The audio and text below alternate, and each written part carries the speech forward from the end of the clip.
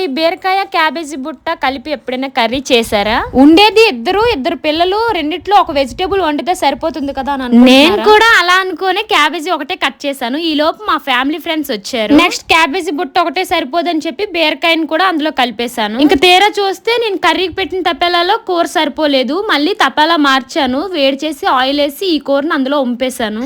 ఇంకా బీరకాయ కూడా వేసాను కాబట్టి అందులో ఉండే వాటర్ కంటెంట్ తోని క్యాబేజీ బుట్ట కూడా ఈజీగా ఉడికిపోతుంది. ఇంకోవైపు ములంకాడ పులుసు పెడుతున్నాను. ఇంకా అన్ని ఆనియన్, టమాటో, పచ్చిమిర్చి, ములంకాడ అన్ని కట్ చేసుకొని వేసి ఆయిల్, ఇంకా కారం అన్ని వేసి కలిపేసి ఇంకా చింతపండు పులుపు కూడా పెట్టేశాను. ఎంత పులుసు కావాలో అంతకి పులుపు పెట్టేశాను. ఇంకా పులుసు దగ్గరికి మరిగిపోవాలి. ఇంకోవైపు క్యాబేజీ బుట్ట అయితే ఉడుకుతుంది. ఇంకా మీలో ఎవరికైనా ఇలా సడన్ గా చుట్టాలు వచ్చినప్పుడు ఏం చేస్తారో కుక్ అనేది నాకు కింద కామెంట్ చేయండి. నేనైతే ఇలా 2 వెజిటేబుల్స్ కలిపేసి కర్రీ చేసేసాను ఈజీగా. కొంచెం ఎక్కువ కర్రీ అయితే అందరికి సరిపోతుంది. మేము మాక్సిమం వెజిటేబుల్స్ అన్ని కూడా మాకిద్దరికి సరిపోయినట్లే అరకేజీస్ లోనే తీసుకుంటాం. ఎన్ని కూరగాయలు తీసుకున్నా అరకేజీస్ లోనే తీసుకుంటాం. బాయ్, నెక్స్ట్ వీడియో కలుద్దాం. సబ్స్క్రైబ్ చేసుకోండి, లైక్ చేయండి, కామెంట్ చేయండి.